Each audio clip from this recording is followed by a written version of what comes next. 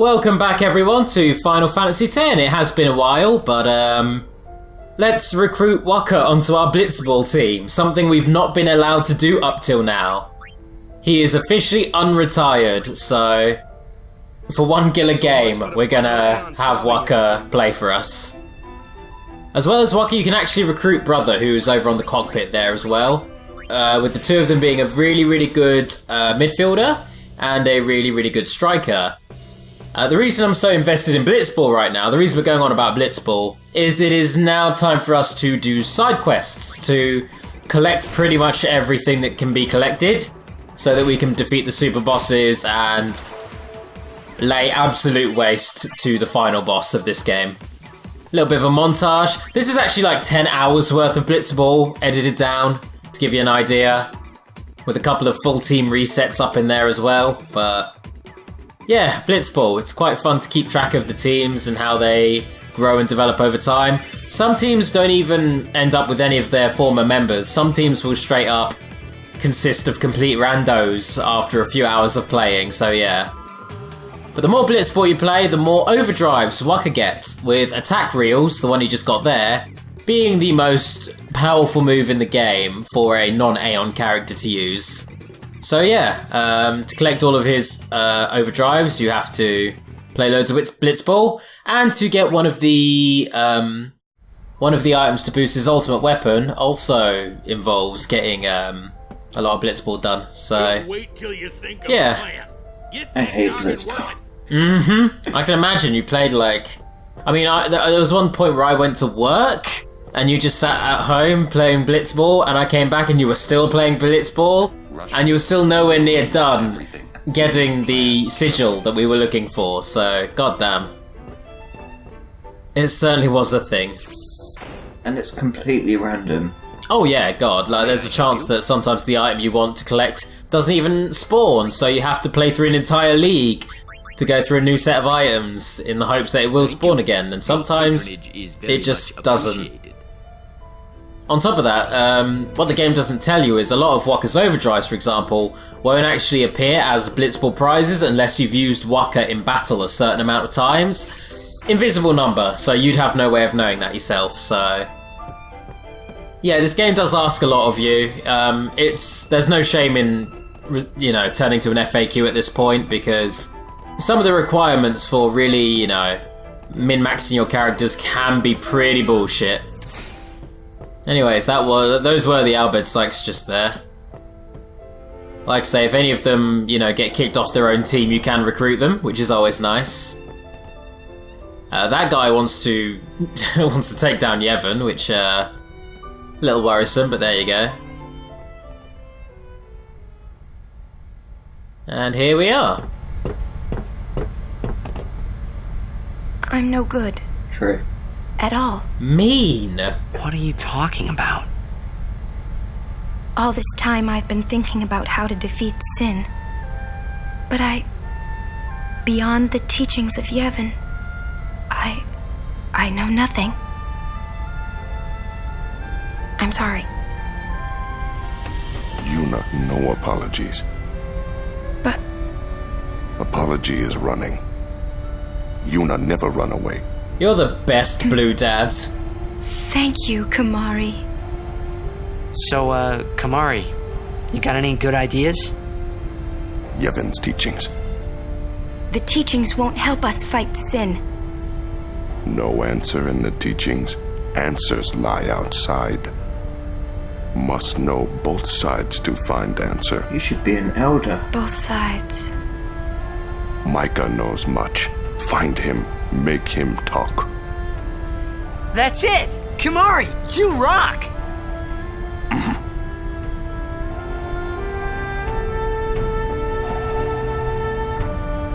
To Bavel, then. Through the front door. You worried? I'll be fine. We can't stop now. Yeah, let's do this. Kimari doubts Micah welcomes us. He'll have to run pretty fast to beat this airship. We cannot chase if we cannot see. It's really refreshing to hear Kamari talk so much. Like, just a straight up scene entirely focused on Kimahri, and that's kind of great. He doesn't get enough attention, both from the game and from you, the player, Daniel in particular. Going out of his way not to grind him. Rush this and we'll lose everything. Hey guys, I just had a great idea. It was my idea. Let me tell them. It's like this, yeah? I just thought... The hymn's the key. Ah! The hymn? Sir Jack likes the hymn of the faith, correct? Yeah? That's why he was listening to it in Makalania. Sin, violence incarnate, listening peacefully. I know it's your old man, and I don't mean no disrespect, but... No, it's fine. I've gotten used to it. Let me say it. If we attack Sin head-on, we've little chance of winning. However, if he hears the hymn of the faith, he will become docile. Yeah, and that's when we make our move. And if we power level to the point where we do like tens of thousands of damage every time we attack, that'll probably kill him too. Yeah, it could really work. Yeah, it's worth a try. Didn't say that with much conviction. Like, you know, it's worth a try, and if it doesn't work, we're all going to die. Cool. It really was my idea, you know. Well, that sounds like a plan to me. My baby here'll take us anywhere we want. You're damn right it will. So this is where fast travel comes into play. But before we start traveling anywhere, all around Spira there are a bunch of Albed murals. If you read the murals, you get given passwords. By entering the passwords, you can find secret areas that contain secret items. The passwords being God Hand, Victorious, and if I remember correctly, Marasame. Yep, that's the one, Marasame. All giving you cool weapons and armors. Top of that, there's also a search feature, which you can also use to find different areas. We spent bloody ages trying to find places, so obviously, oh, there we go, we found one there. We're gonna cut this down just to the bare essentials. Omega Ruins. Besaid thing, I don't know, didn't really read that one. Oh. Falls. Ah, there you go. Oh, I missed that one. I wasn't looking for that one. Whatever. I'm sure it was exciting. And, definitely run around here. There we go, Barge Temple.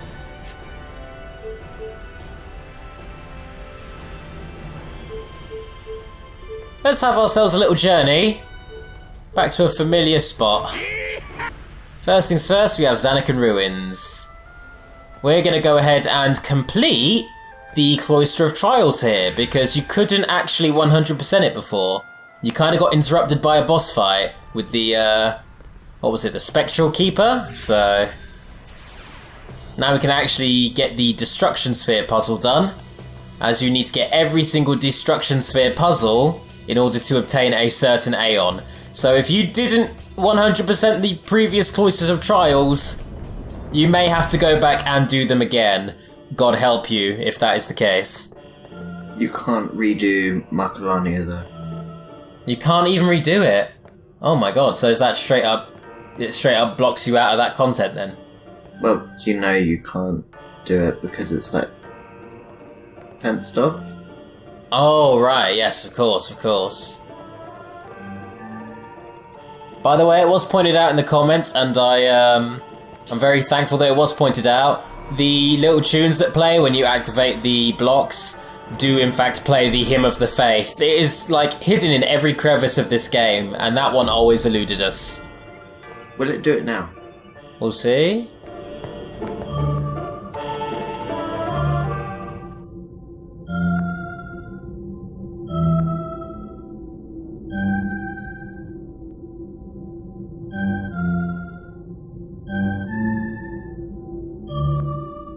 It's when you break it down into segments, it's harder to recognize it as a whole, but wow. I love it. I just like I don't know if I'm pronouncing this correctly. I like lay motifs used in video games. I like it when they have like a little tune or a ditty that plays during, you know, vital moments.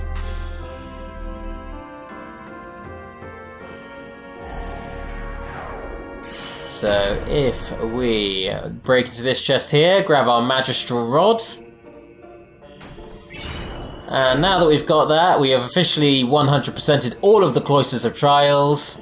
Let's have a little journey to Barge Temple. Another familiar spot.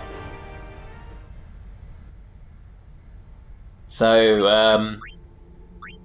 yeah, let's see how many people remember this place. Literally the first place we arrived at in Spira. So, to that end, the first real place we encountered in this game.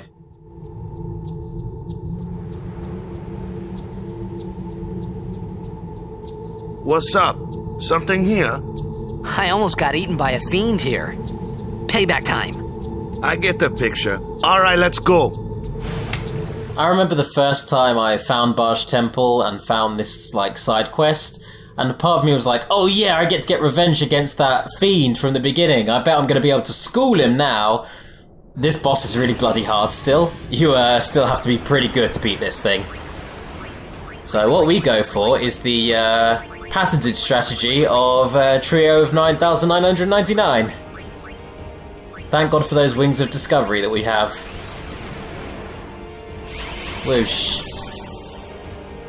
And with that, there we go, let's give ourselves a little bit of hasting. Or give Waka hasting, particularly. Thank God that didn't hit, because if you get turned to stone underwater, you immediately die and can't be brought back. Which is what makes this fight so hard. And here we go. Throw a couple of these. And he's done. Nice. So yeah, the real difficulty behind this game is killing the boss before he insta-kills you. Or maybe just, you know, getting your characters stone-proof equipment so they can't be insta-killed with the petrification. Either way, if you come in unprepared, you're probably boned here. And that's no encounters weapon. Oh yes, yes. By beating that boss, you get a no encounter weapon. We get one for Lulu. So if we equip that, we don't have to worry about random encounters anymore. Granted, from your perspective, I edit out the battles anyway, so that just means less glass shattering. But it's great for us. It's great for us considering we've got this is now the grindy portion of the game. This is where you got to do a lot of grinding to really get the best out of your characters. Anyway, speaking of Lulu, here we are. Let's use our Celestial Mirror on this crate just here. And that obtains the Onion Knight. That is Lulu's ultimate weapon. Obviously not upgraded yet, we'll be doing that later. But based on the Onion Knights from Final Fantasy III, the adorable little vegetable-based warriors that you get. You can't get encounters or AP. Yeah, we just... everything Lulu equips deprives her of things, basically. Don't worry about the... obviously, the ultimate weapons, when you do upgrade them, don't strip you of AP. In fact, they do quite the opposite. They give you extra AP, so you level up faster when using the ultimate upgraded weapons. They really are game-breaking. They are fantastic when you get them. So Barge Temple contains a certain Aeon that we've met before. But this time we can actually acquire it. So here we go. Let's activate all of these statues. Those chests are really annoying me. Yeah. Don't worry, we will get them. If not here and now, we will get them off screen. Like, I know we're gonna get them, but they're still annoying they're me. still upsetting that we just left them. God, there's another one. Open it. Prioritize the chest, you bastards. David and Daniel of the past, what are you doing? Just so focused on these statues. Okay, and I believe one more statue. Here we go. And with that, we break the seal. Now we can grab those chests. Thank God, no, there you go. Grab those chests. Thank you. Let's have a merry old saunter over to the chest. That's some good items right there. Mega Phoenixes, very nice. And a Mega Elixir at that, wow. Treating us. Some high-powered healing items. Anyways, in here, we find the Faith for Anima. Entirely optional Aeon, but goddamn is it game-breaking.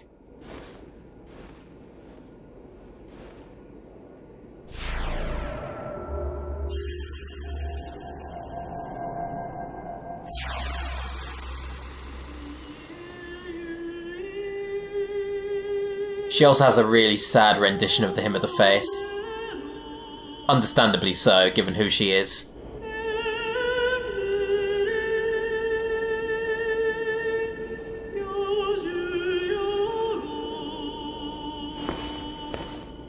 You are Maester Seymour's mother. Which kinda makes her your mother-in-law also. My son, do you not hate him? We've had a few tiffs, if you will. It is all right. He is the one who sowed the seeds of hatred. He is to blame. But I am at fault for letting him become what he was.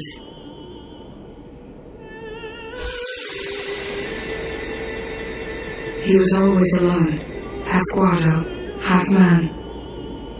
I wanted to give him the strength to live by himself. And so I became a Faith. But because I let him taste power, he began to thirst for more. He was not satisfied with my Aeon. He wanted more power.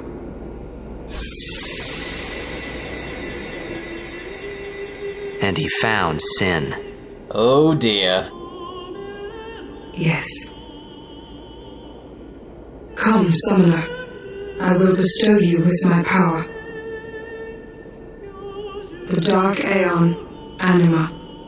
So, yeah, that's one of the reasons why, from a design perspective, Anima looks like it is constantly in pain and it looks distressed, because she is.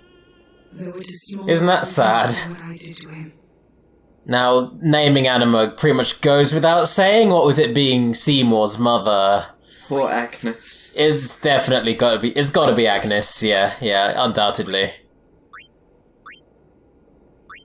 And that joke will most definitely be coming to a head when we, deal with Seymour for good. Here we go! Alright, so here's a few more secret areas with some items inside of them. We have Victorious there, which is a piece of armor for Riku. Over in these ruins here, we do find the Marasame, which is a really powerful sword for Auron. Is it? Yeah, I believe it does. It boosts his overdrive capabilities or something like that. I thought it was like 1 MP cost. Oh, actually, yeah, sorry, it's that. It means he can basically spam his break moves as much as he wants. Dragoon Lance for Kamari. Can't even remember what that does. And over here, we have a Phantom Bangle for Lulu. She can absorb all elemental magics with that. Like I say, these are cool items. You can obviously kind of customize to make these sort of things yourself, but it's nice that the game still kind of offers them for people who don't like customizing. Or people who don't constantly mug enemies for items like we do. I think this is Ascalon. Yep, this is Ascalon. This helps boost Tidus's overdrive gauge. Yep, there you are. I'm bad at remembering things. Yeah, it doubles his AP, sorry. Doubles his AP. And yeah, in the next step we're going to be finding even more unlockables, so see you then.